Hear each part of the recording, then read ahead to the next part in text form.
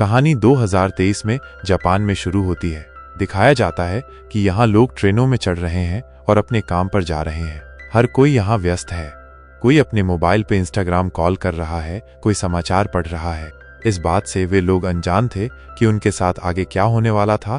तभी अचानक से ट्रेन की स्पीड बढ़ जाती है और बहुत सारी अजीबोगरीब घटनाएं होने लगती हैं। दिखाया जाता है कि ट्रेन के डिब्बे में लुढ़कती हुई एक बोतल का ढक्कन अचानक से गायब हो जाता है। यात्रियों को अपने मोबाइल में बहुत तेज भूकंप का नोटिफिकेशन मिलता है। उस वक्त दिखाया जाता है कि ट्रेन एक अंधेरी सुरंग में गुजरती है और अचानक से ट्रेन रुक जाती है। ट्रेन में सवार यात्री ट्रेन की गति से गिर पड़े थे और उन्हें कुछ समझ नहीं आ रहा था कि उनके साथ क्या हुआ। तभी उनमें से एक यात्री ट्रेन का दरवाजा खोलता है। ट्रेन का दरवाजा खोलते ही सारे लोग दरवाजे से नीचे उतरते हैं। तभी वे देखते हैं कि वो एक ऐसी जगह पर आ गए हैं जहाँ कोई शहर नहीं है, बल्कि यहाँ जंगल और झाड़ियाँ हैं। तभी वे अपने मोबाइल चेक करते हैं और उन्हें कोई भी नेटवर्क नहीं मिलता। वे देखते हैं कि रहस्यमयी तरीके से पूरी की पूरी ट्रेन गायब हो गई थी, सिवाय उनके डिब्बे को छोड़कर। जैसे जैसे वहां समय गुजरता है, यात्री एक दूसरे के साथ बातचीत करते हैं। इनमें से एक व्यक्ति सिराहमा, एक अग्नि विभाग का कर्मचारी, घायल हुए लोगों की जांच करता है और जिस सुरंग से ट्रेन आई थी उस सुरंग की जांच करने की सलाह देता है। उनके साथ कटान नाम की एक लड़की भी शामिल होती है और वे लोग सुरंग में जाते हैं। दूसरी तरफ दिखाया जाता है कि पूरी की पूरी ट्रेन अपनी मंजिल पर पहुंच चुकी है, लेकिन उनमें से एक डिब्बा गायब है। पुलिस को ये समझने में परेशानी हो रही है कि आखिर एक डिब्बा कहाँ गायब हो गया। तीनों लोग सुरंग में लंबी दूरी तय करते हैं और सुरंग के दूसरी तरफ निकलते हैं तो हैरान रह जाते हैं। वहां 2023 की कोई निशानी नहीं होती, न गगनचुंबी इमारतें, न टेक्नोलॉजी, बस एक विशाल बेजान रेगिस्तान। तीनों सदमे में वापस अपने साथियों के पास लौटते हैं। शुरू में लोग उनकी बात पर यकीन नहीं करते, लेकिन जब हायाशिमा आसपास का वीडियो रिकॉर्डिंग दिखाता है तो उन्हें नई हकीकत को मानना पड़ता है। 7 घंटे बाद लोग बचाव दल का इंतजार करते हुए परेशान हो रहे होते हैं। तभी रेनी नाम की एक लड़की चुपके से हायाशिमा के बैग में देखती है और उसे क्रिमिनल डिपार्टमेंट की सील वाला एक खत मिलता है, जिससे उसे शक होता है कि वो एक अपराधी है। फिर रेनी कटान के बैग से खाना चुराती है, लेकिन सोचती है कि उसे देख लिया गया है तो पैकेट फेंक देती है। हायाशिमा उसे उठा लेता है और ट्रेन में ले जाता है। तभी कटान को चोरी का पता चलता है और वो उसे हायाशिमा के हाथ में देखती है। यात्री उस पर चोरी का इल्जाम लगाते हैं। इसके अलावा रेनी कॉलोनी के खत के बारे में भी बताती है। नाराज हायाशिमा इल्जामों से इनकार करता है और जाने की घोषणा करता है। तभी शिराहामा फलों का एक डिब्बा निकालता है और उन्हें बांटने को कहता है। जब कटान खाना बांट रही होती है तो एक लड़का अपने पहले बनाए वीडियो को देखता है, जिसमें साफ दिखता है कि रेनी ने खाना चुराया था। समझते हुए कि हायाशिमा बेगुनाह है, शिराहामा और कटान उसके पीछे दौड़ते हैं और उसे एक गहरी खाई में गिरने से बचा लेते हैं। आभार में वो कबूल करता है कि वो एक हेयर ड्रेसर है और 30 साल का है, लेकिन वो कॉलोनी के खत के बारे में बताने से इनकार करता है। रात हो जाती है। यात्री जैसे तैसे सोने का इंतजाम करते हैं, लेकिन कई लोग अपनी भविष्य की चिंता में सो नहीं पाते।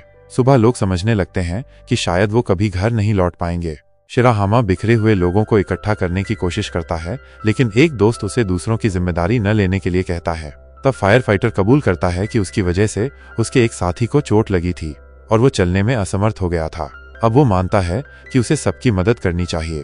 सब मिलकर उन लोगों को पकड़ते हैं जो जा चुके थे और उन्हें वापस डिब्बे में लौटने के लिए मनाते हैं, ताकि समस्याओं को मिलकर हल किया जा सके। ये देखकर हायाशिमा को अपना भाई याद आता है जो जेल में था, और उसके बैग में खत उसी का था। किस्मत ने उसे अपने छोटे भाई के पालन पोषण की जिम्मेदारी सौंपी थी और उसे अभी भी अपने बड़े भाई के अपराधी बनने का पछतावा है। उधर कुछ यात्री आसपास के इलाके की खोज करते हैं। उन्हें एक पुराने टावर के खंडहर मिले। ये देखकर उनके होश उड़ गए, क्योंकि खबरों में तो 2026 में इसके बनने की बात थी। एक पैसेंजर को जंगल में एक कैन मिला जिस पर वही साल लिखा था। उनके साथ एक बायोलॉजिस्ट था जिसने एक ऐसा पौधा खोजा जिसके जेनेटिक बदलाव में 30 साल लगते हैं। मतलब ये लोग टाइम ट्रैवल करके बहुत आगे के फ्यूचर में पहुंच गए थे और ये कोई अच्छी खबर नहीं थी। उधर 2023 में सारे न्यूज चैनल 2 डिब्बों के गायब होने की ब्रेकिंग न्यूज चला रहे थे, जिनमें 100 से ज्यादा लोग थे। रात हो गई और ज्यादातर लोग टेंशन में थे। कटाना और शिराहामा ने बारिश की उम्मीद में डिब्बे की छत पर प्लास्टिक के कंटेनर रख दिए। सुबह बायोलॉजिस्ट ने सबको घनी हरियाली दिखाई, मतलब आसपास कहीं पानी तो जरूर होगा। कुछ लड़के जंगल एक्सप्लोर करने गए। रास्ते में हायाशिमा ने बताया कि उसके पेरेंट्स क्रिमिनल थे। तभी उसे एक मेंढक दिखा, मतलब पानी का सोर्स बहुत करीब था, पर आगे ऐसी चट्टानें थीं जिन पर बिना रस्सी के नहीं चढ़ा जा सकता था। सब वापस ट्रेन में आए, तार काटे और चट्टानों की तरफ भागे। शिराहामा ऊपर चढ़ा और झरना देखकर खुशी से चिल्लाया, पर जब उसने आसपास देखा तो उसके होश उड़ गए। वहां फूजी पहाड़ की जगह पूरा समुद्र फैला हुआ था। उसने सबको बताया और सब सोचने लगे कि उनकी धरती का क्या हुआ। रात में सब सो गए, पर सबसे सीनियर पैसेंजर तानाका बाहर गया और एक स्ट्रेंजर को देखा। जब उसने बताया तो किसी ने यकीन नहीं किया।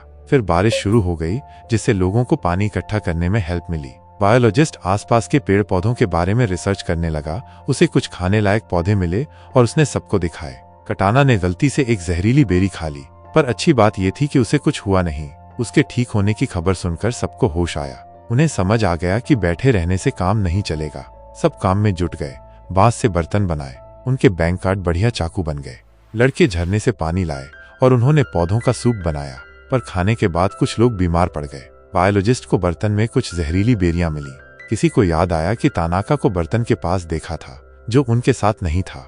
शिराहामा उसे ढूंढने निकला, पर गिर गया और उसकी टॉर्च खो गई। वो बिना तानाका के वापिस आया, पर हयाशिमा के नाई के औजार लेकर आया, जिनकी उसे बहुत जरूरत थी। सुबह बायोलॉजिस्ट ने बताया कि वो पास में एक नदी ढूंढने जा रहा है। उसके दोस्त भी उसके साथ गए। जंगल में उन्हें एक स्ट्रेंजर मिला, जिसने बायोलॉजिस्ट को घायल कर दिया और भाग गया। वो उसे वापस ट्रेन में ले गए, जहां एक मेडिकल स्टूडेंट ने उसका इलाज किया। सबने उसकी मदद की और उसके लिए प्रे किया। थोड़ी देर बाद तानाका जंगल से वापस आ गया। पता चला वो एक सिक्योरिटी कंपनी में काम करता था। रेनी ने हयाशिमा से अपने बाल ठीक करवाने को कहा और देखते ही देखते वहां लाइन लग गई। शिराहामा और कटाना ने एक लड़के को जाल में फंसा देखा, पर वो खुद ही निकल भागा। दोनों उसके पीछे भागे और नदी के किनारे पहुंचे। लड़के ने कहा कि वो थोड़ी देर वहीं उसका इंतजार करें और जंगल में गायब हो गया। हयाशिमा भी उनके पीछे पीछे आ पहुंचा। तभी वो लड़का वापस आया और उन्हें कैरेज नंबर 6 में ले गया, जो कि कैरेज नंबर 5 से कई किलोमीटर दूर था। कैरेज नंबर 5 के लोगों का स्वागत कैरेज नंबर 6 के लीडर युमोटो ने किया। उनका कैरेज नदी के पास होने की वजह से भाग्यशाली था। वहां पानी और मछली की कोई कमी नहीं थी। उनमें एक बिल्डर भी था, जिसकी मदद से उन्होंने फटाफट कैंप लगा लिया। किचन और टॉयलेट भी बना लिए। नए लोगों ने उस आदमी को ढूंढा जिसने उनके बायोलॉजिस्ट को घायल किया था। उसने डर के मारे ऐसा करने की बात कबूल की, सोचा कि वो लोग हमला करेंगे। उसने माफी मांगी और युमोटो ने कहा कि उसे लगता है कि पास्ट में लौटना मुमकिन है। उस आदमी ने बताया कि शुरुआती दिनों में उन्हें नदी में एक छोटी नाव मिली। उसने रेडियो ठीक किया और एक सिग्नल पकड़ा, शायद कनाडा से, जहां 2060 का जिक्र था। उसने जो सुना उससे उसे लगा कि 2026 में एक बड़ी आपदा आई थी। एक विशाल एस्टेरॉयड धरती से टकराया, जिससे पूरी दुनिया में भूकंप और सुनामी आए। अरबों लोग मारे गए। धूल की वजह से सूरज की रोशनी नहीं आ रही थी। कई प्रजातियां खत्म हो गईं। पर असली बात यह है कि वो एस्टेरॉयड यूं ही नहीं गिरा था, वो स्पेस का कचरा था। प्राइवेट कंपनियों के सैटेलाइट्स के अलावा और भी लोग सैटेलाइट लॉन्च कर रहे थे। एक सैटेलाइट एक एस्टेरॉयड से टकरा गया और उसकी दिशा बदल गई। ये इंसानों की गलती थी, इसलिए अपने टाइम में वापस जाना और फ्यूचर बदलना जरूरी है। कैरेज नंबर 6 से इंस्पायर होकर सबने नदी के किनारे बाथ बनाने का सोचा। तनाका की हालत बिगड़ती जा रही थी। वो टहनियों से एक डॉल बनाकर उससे बातें कर रहा था। सुबह बात बनकर तैयार हो गया। बहुत दिनों बाद लोग गर्म पानी में नहाए और कपड़े धोए। उन्हें नदी के किनारे एक अजीब पत्थर मिला, जिसके बारे में युमोटो को पता चला। उसने अपने आदमियों को उसे ढूंढने भेजा, पर रेनी ने कुछ अनजान लोगों को देखा।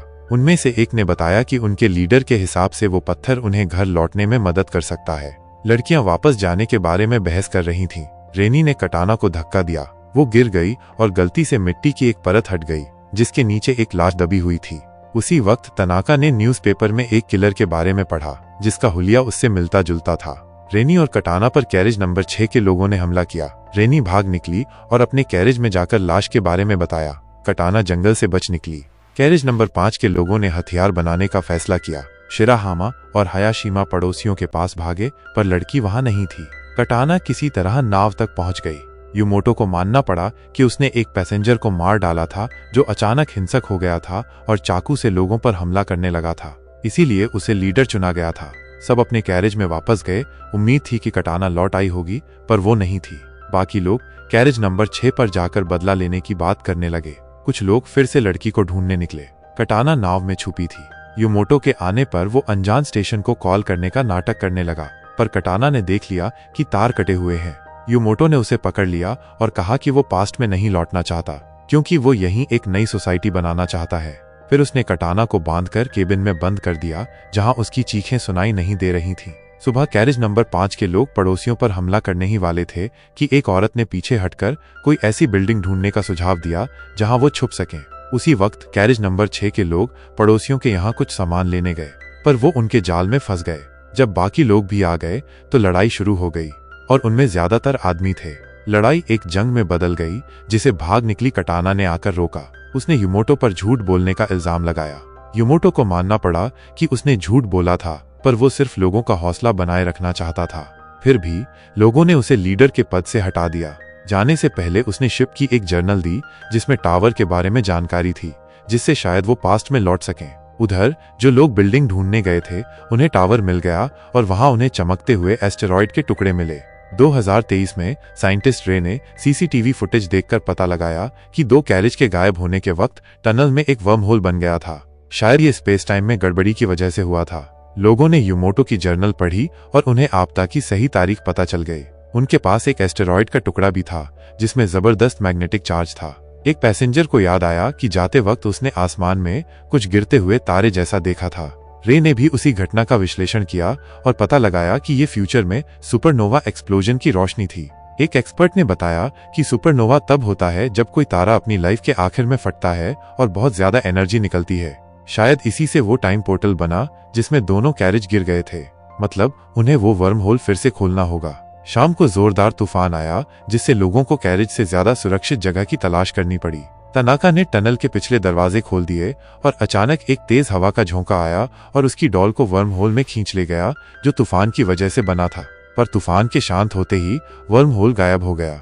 2023 में वैज्ञानिकों को तनाका की डॉल मिल जाती है। भविष्य के यात्री समझ जाते हैं कि वर्म होल खोलने के लिए उन्हें एक जोरदार एनर्जी सोर्स चाहिए, जिसके लिए वो पावर लाइंस के अवशेष ढूंढने लगते हैं, हर खंभा खोद डालते हैं।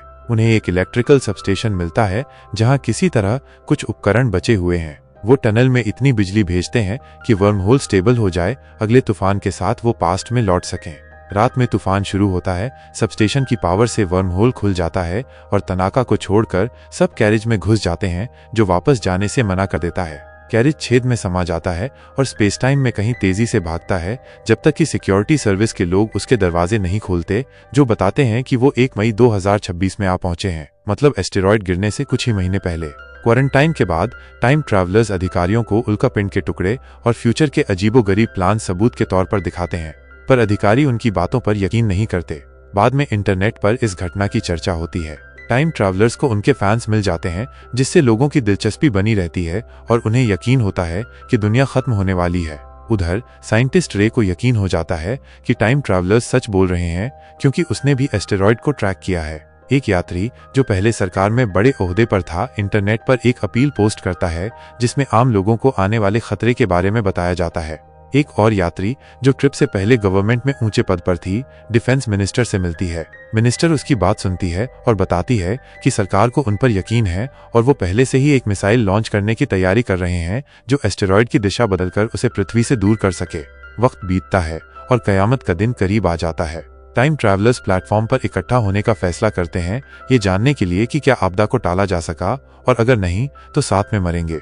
पर मिलिट्री अपना काम बखूबी पूरा करती है और उल्कापिंड की दिशा बदल देती है, जिससे मानवता पूरी तरह खत्म होने से बच जाती है। ये एक अनोखी सीरीज थी जिसमें इंसानों के खात्मे की अलग अलग थ्योरीज को मिक्स किया गया था। इसका अंत बहुत रिलेवेंट था, जिसमें बताया गया कि पृथ्वी पर जीवन हर जीवित प्राणी के कामों का नतीजा है।